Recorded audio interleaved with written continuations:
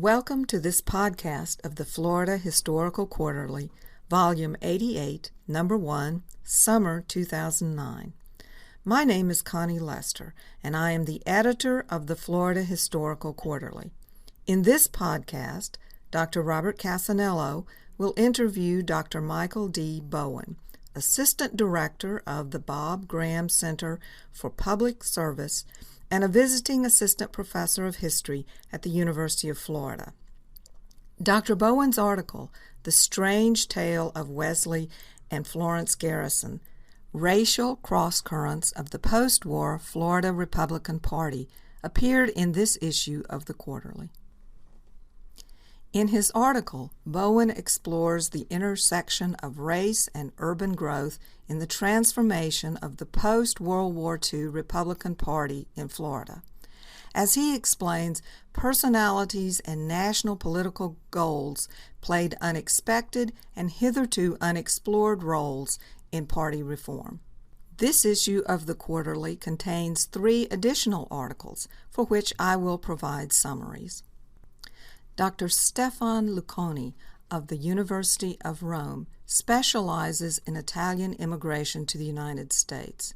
His article, Tampa's 1910 Lynching, The Italian-American Perspective and Its Implications, revisits a notorious lynching of 2 Sicilian immigrants, Angelo Albano and Castaghe Figueroa. Unlike previous treatments of the event, Lucconi utilizes the Italian press and current historiography on ethnic identity to argue that Italians saw the lynchings during a cigar workers' strike as an example of Italian-American support for labor solidarity. In addition, his work explores the violence as evidence of the uncertain racial status of Mediterranean immigrants in the Jim Crow South. In Lucconi's view, embracing worker solidarity, in effect, was the embracing of whiteness. Robert J. Alderson, Jr. is an associate professor of history at Georgia Perimeter College. His article, Entangled Borderlands, the 1794 projected invasion invasion of Spanish East Florida and Atlantic history, explores the actions of South Carolina and Georgia backcountrymen and the aims of French revolutionaries toward Spanish Florida in 1793-94. Earlier historians focused on the American participants and placed the events within the context of local patriotism and a Southern history of honor and violence. Alderson shifts our perspective to the history of revolution that informed events on both sides of the Atlantic in the 1790s to argue that the planned invasion of Florida should be seen as part of the international competition for Spain's holdings in America and as an example of the flow of ideas that permeated the Atlantic communities in the Revolutionary era. Playing upon the revolutionary ideology of the Americans and their own self-interest, the French representatives came close to achieving their invasion before the American and French governments called a halt to the plans. Alderson moves Florida events from the backwater of the frontier to the center stage of larger global aims and ambitions, and invites further reevaluation of the planned invasion. Jesus Mendez, an associate professor in history at Barry University in Miami Shores, authored the 3rd article, 1892, A Year of Crucial Decision in Florida. Mendez focuses on what he sees as a crucial year in the future development of Florida's transportation routes and the state's potential as the nation's gateway to the Americas. In their competitive business rivalry, Henry Flagler and Henry Plant consolidated their interests on the east and west coasts of Florida and laid plans for the construction of railways into South Florida through a series of meetings in 1892. Mendez utilizes both local and national factors in explaining the social, political, and economic influences that informed the decisions of the two men leading up to the crucial year. Mendez concludes that the vision of Henry Plant to promote Florida as the gateway to the Americas and the competitive and cooperative spirit of Plant and Flagler in 1892 marked a turning point in the state's history. And now, please enjoy Dr. Casanello's interview with Dr. Bowen. Can you tell me a little bit about who you are and possibly a little bit about the Bob Graham Center? Sure. I got my PhD in 2006 in American history from the University of Florida. My dissertation director was Brian Ward, who's now at the University of Manchester over in the UK. My dissertation/book manuscript is on the Republican Party at the national level in the 1940s and 1950s. I look at a factional struggle between Tom Dewey and Bob Taft and how their factionalism impacted the way the party progressed as a vehicle for modern conservatism. The book manuscript is actually under review now at the University of North Carolina Press, so I hope to hear something back from them fairly soon. The Bob Graham Center is a fairly new center at the University of Florida, started in 2006.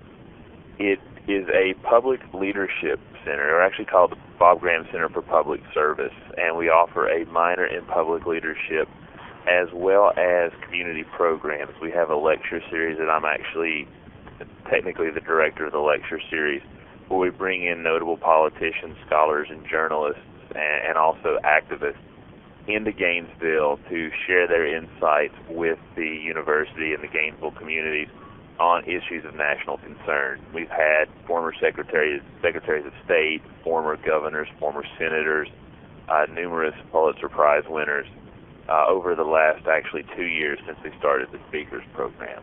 So we're sort of on our way to becoming a public policy center, and at this point we mainly focus on the community events and our minor programs. Great. It looked like most of the article you focused on this couple, the Garrisons. Can you tell me a little bit about who the Garrisons are? The Garrisons were, as the title of the article alludes to, a sort of a strange tale.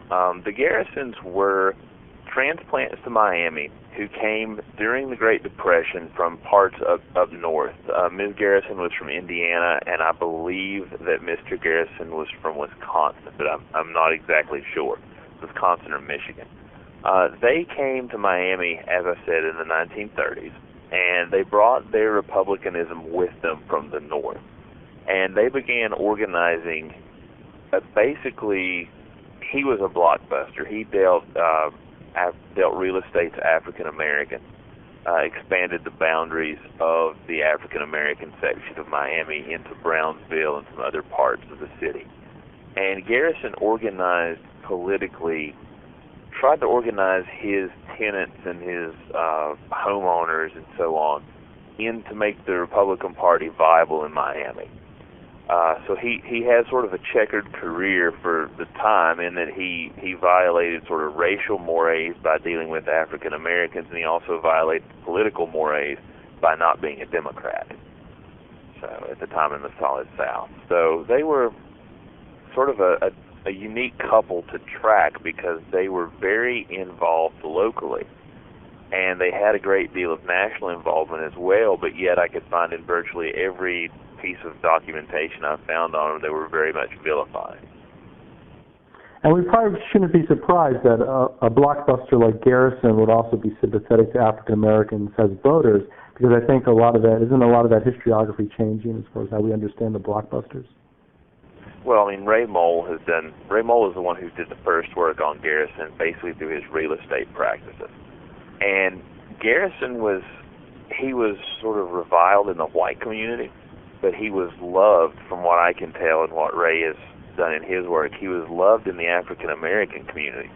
He stood up with African Americans for a legal challenge to Miami's housing ordinances, and he was very active in the community. The question becomes, was he active because he was altruistic, or was he active in the African American community because he could make a quick buck? And that's sort of the question that we have trouble parsing. I don't know if we'll ever come down on the right answer to that, because it's probably a mixture of both, given the situation. Right. Sometimes I tell my students the question's just as important as the answer. Right. Right. Now, with the Garrisons, I think you kind of touched on something that gives us a unique application to understanding the Republican Party and politics in this country today. And, I'd like to discuss if the Garrisons were sort of ahead of the curve on the South and the GOP, if we're looking at this from 2009, and might they have some sort of blueprint for the troubles of the modern GOP? Well, actually, the Garrisons, I would argue, they're actually behind the curve, at least at the time. In the 30s and 40s and 50s, they were behind the curve because they had this pre-New Deal conception of the Republican Party as the party of Lincoln. So when they started organizing Miami in 34, the wholesale shift of the African-American vote from the Republicans to the Democrats that was brought on by the New Deal had yet to fully manifest itself. It wouldn't become readily apparent until 36 that, that this New Deal coalition of urban laborers, Southern Democrats, and African Americans really had legs. So the Garrisons are behind the curve in the respect that they're trying to organize along sort of a traditional 1910s, 1920s model of republicanism. They're very much ahead of the curve in the South because they are essentially organizing along lines of racial equality. As I go over in the article, the party in the South, the state party, had a number of backward practices. They wouldn't recognize, for example, African-American women's clubs in Orlando and Jacksonville. The national organization would affiliate with them, so they would be members of the National Federation of Republican Women, but they couldn't be affiliated with the state federation. The Garrisons fought against that, so in that respect, they were very much ahead of the curve. Whether or not that was going to be politically effective at the time, unfortunately, I don't think that was going to be the case. I think that's one of the problems they ran into. But if you talk about today's GOP, I don't know. The GOP hasn't polled well in African-American districts probably in the last 70 years. So I'm not really sure that if a Garrison kind of organizing would be held very well, and if that would do any inroads today sort of anywhere in the nation, not just the South. Right. But I think the GOP sort of wishes they could find more Garrisons in their past. Well, I don't know. I mean, we've got the guy Joe Wilson who heckled Obama last night, which is a tactic the Garrisons use quite frequently, and he's sort of getting his bell rung in the national media. So that may be a double-edged sword. Yeah, that's true. Finally, I noticed one of the things that really impressed me with your article when I read your footnotes is the exhaustive research you've done just for this article alone. Could you talk a little bit about the places you went to and the type of documents you found? Sure. The Garrisons, as it mentions in the article, the Garrisons left no archival collection. So there's no correspondence, there's no diaries, there's no of the traditional paper sources that historians use directly related to the Garrisons. This article rose out of my dissertation research because, as I've mentioned before, I traced this Republican factionalism. And so I went to the archives, and I'll list some specific ones in a moment, but I went to the archives of numerous Republican leaders.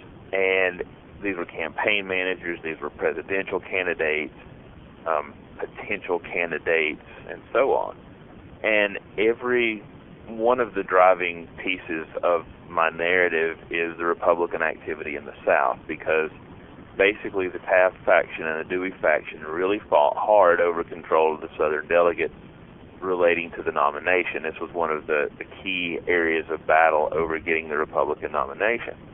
And so every archive I would look, of course, in Florida. I mean, obviously, at the University of Florida, you try to find some local flavor. And every folder I would look at, there were always letters from the Garrisons. There was always discussion about the Garrisons from various field operatives, various party officials. And so while the Garrisons didn't leave a record themselves, I was able to piece together a fairly comprehensive, I think anyway, fairly comprehensive record of their activities at the national level and, in a way, at the local level. Some of the places I went to, Robert Taft's papers are in the Library of Congress. So there was a good deal on the Garrisons in his papers relating to the Florida situation. His campaign manager, Dave Ingalls, who's quoted in the article, met with the Garrison, and the Garrison made it very clear that he was going to back the candidate who backed him in this primary election fight. Where I first found the Garrisons were actually in the papers of Clarence Brown, who was a congressman from Ohio, and he was Taft's campaign manager. And Brown, he was a newspaper publisher, and I think his grandson is actually an actor who was in Starship Troopers and a number of other B-grade movies. But he had a folder on Florida, and there was a letter in there from G.H. Alexander, who was the state party chair, to Brown, and it's the comment that I quote in the article that the Supreme Court case, the Florida Supreme Court case, gives us the right to do everything but shoot Garrison, and I would imagine that that's a matter of civic duty. And that's really what piqued my curiosity, and why did these people, why did the Garrisons generate so much animosity? So basically every archive I went to looking for this broader picture of Republican factionalism, I would find stories of the Garrison. True, if the Clarence Brown's papers are at the Ohio Historical Society in Columbus, Ohio. I found a lot of tales of the Garrisons in the Dwight D. Eisenhower Library through the papers of Herbert Brownell and Arthur Summerfield, and even the official and confidential files of the White House papers have a number of field reports on the Garrison. Tom Dewey's papers up in Rochester have little things of the Garrison. And so by creating this larger narrative of Republican Party, I was able to focus in on one of these narrow local stories in Miami and sort of paint a picture of how these national and local, the national and the local levels really affected each other. You can also add the state level in there as well, that it wasn't just these guys in Miami fighting for a primary election. It was a much larger political concern that the Garrisons inserted themselves into. And that, I think, is what makes the story sort of so compelling. Okay, great. I want to thank you for your time. No problem. It's been a great conversation. And thank you for contributing to the Florida Historical Quarterly in this way. You're quite welcome. Thank you for accepting me.